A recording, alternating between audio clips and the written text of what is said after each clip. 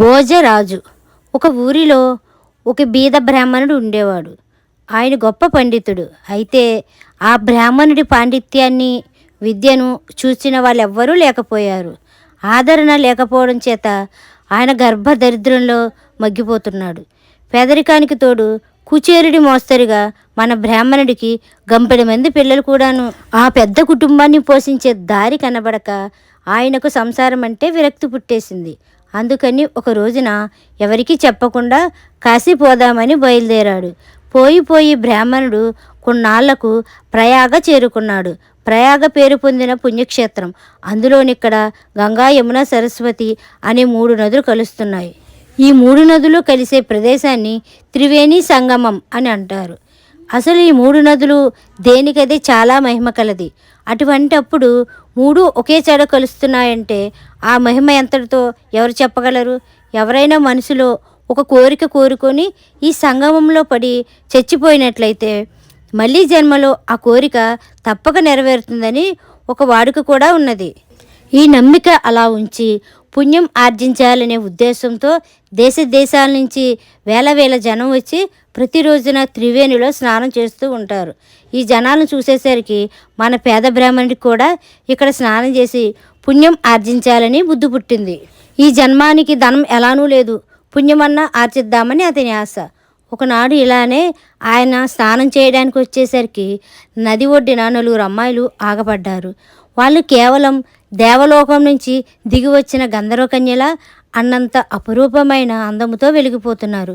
వాళ్ళ అందము, ఉత్సాహము ఏదో ఒక గొప్ప పని చేయబోతున్నట్టు కనబడే వాళ్ళ ప్రయత్నము బ్రాహ్మణుడిని ఆకర్షించాయి. వాళ్ళు మెల్లగా నదిలోకి దిగి అలా నీటి లోపలికి పోతూనే ఉన్నారు. కొత్త వాళ్ళు కావడం చేత నీటి లోతు తెలియదేమోనని అనుకుని బ్రాహ్మణుడు వాళ్ళతో, ఇక లోతులోకి పోబోకండి, మునిగిపోతారు అని హెచ్చరించాడు. ఎంత లోతు ఉంటే మాత్రం మాకేం భయం, మళ్ళీ జన్మలో నెరవేరడానికి కోరికలు కోరుకొని మునిగిపోవడానికి వచ్చాం అని ఆ అమ్మాయిలు నవ్వుతూ త్రివేణి మహిమను చెప్పారు. పేద బ్రాహ్మణుడు ఆశ్చర్యంతో వాళ్ళ వైపు చూస్తూ నిలబడిపోయాడు. ఆ అమ్మాయిలలో మొదటి ఆమె, పరమేశ్వర, ధనమే కదా జగత్తంతకు మూలము, మళ్ళీ జన్మలో నాకు డబ్బున్న మగడు కావాలి. డబ్బున్నందుకు తానంత తిని ఒకళ్ళకింత పెట్టి దాన ధర్మాల కోసం, మంచి పనుల కోసం దాన్ని వినియోగించే ధర్మగుణం కూడా నా భర్తకు ఉండాలి అని కోరుకొని ఉడుంగున మునిగిపోయింది. రెండో పిల్ల, స్వామి, ధనం శాశ్వతమైంది కాదు, విద్య ఉన్నట్టయితే ధనము, కీర్తి దాని వెంబడే వస్తాయని పెద్దలు అంటారు.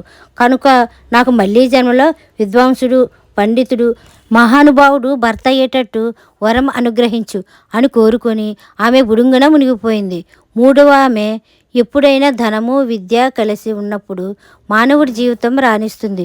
వీటికి తోడు అధికారం కూడా ఉన్నట్టయితే ఇక కోరుకోవాల్సింది మరేమి ఉండదు. అందుచేత ధనవంతుడు, విద్యావంతుడైన ఒక రాజును నాకు వచ్చే జన్మలో పతిగా చేయవలసింది దేవా అని కోరుకొని బుడుంగున మునిగిపోయింది. ఇంకా 4వ అమ్మాయి, భగవాన్, కంటికి ఇంపైన చక్కటి రూపం లేకపోతే ఈ లోకంలో మరి ఏముంటే మాత్రం సార్థకమున్నది, అన్నీ అందానికి తర్వాతివేను. కనుక దబ్బపండు వంటి పచ్చడి శరీర ఛాయతో, పున్నమి చంద్రుని వలె కలకల్లాడే ముఖంతో, మన్మధుని వంటి సౌందర్యం కల భర్తను నాకు మళ్ళీ జన్మలో ప్రసాదించు ప్రభు అని అంటూ బుడుంగున మునిగిపోయింది. ఇలా చిత్రంగా మనోవాంఛలు నెరవేర్చుకోవడానికి ఆ 4 అమ్మాయిలు నవ్వుతూ గంగమ్మ తల్లికి ప్రాణాలు అర్పించడం చూసి బ్రాహ్మణుడి మనసులో అనేక భావాలు పెరిగెత్తినాయి. వాళ్ళ సాహసానికి అతను ఆశ్చర్యపోయాడు. అతనికి కూడా ఏదో ఒక కోరిక కోరుకొని చచ్చిపోదామని ఆలోచన కలిగింది. అయితే ఏ కోరిక కోరుకోవాలి? ఈ జన్మంతా తను దరిద్రంతోనే బాధపడవలసి వచ్చింది కనుక మళ్ళీ జన్మలో ధనవంతుని కావాలని కోరుకోవాలా, లేదా ఇప్పటి మోస్తరు గయ్యాలి పెళ్ళం కాకుండా అనుకూలవతి కావాలని కోరుకోవాలా? బ్రాహ్మణుడికి చాలాసేపు ఏదీ తెగలేదు. ఇంతలో అతనికి ఆ అమ్మాయిల కోరికలు జ్ఞాపకం వచ్చినవి. అయినా ఇంత ఆలోచన ఎందుకు?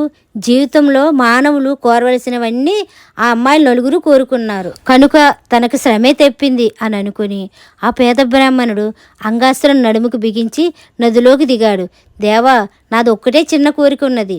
ఇప్పుడు కోరికలతో మునిగిపోయిన ఆ 4 కన్యలకు నేను వచ్చే జన్మలో భర్తనయ్యేటట్టు అనుగ్రహించు అని అతను ఆ గుండంలో మునిగిపోయాడు. వాళ్ళ కోరికల ప్రకారం మళ్ళీ జన్మలో ఆ అమ్మాయిలు 4 4 రాజకుటుంబాల్లో జన్మించారు. బ్రాహ్మణుడు ధారానగరంలో సింధుల మహారాజు కుమారునిగా పుట్టాడు. ఆయనే మన దేశంలో కీర్తి గడించిన భోజ మహారాజు. ఆ 4 అమ్మాయిలు సుగంధి, పద్మగంధి, కనకవతి, చంద్రప్రభ అనే పేరులతో భోజ మహారాజుకు రాణిలయ్యారు.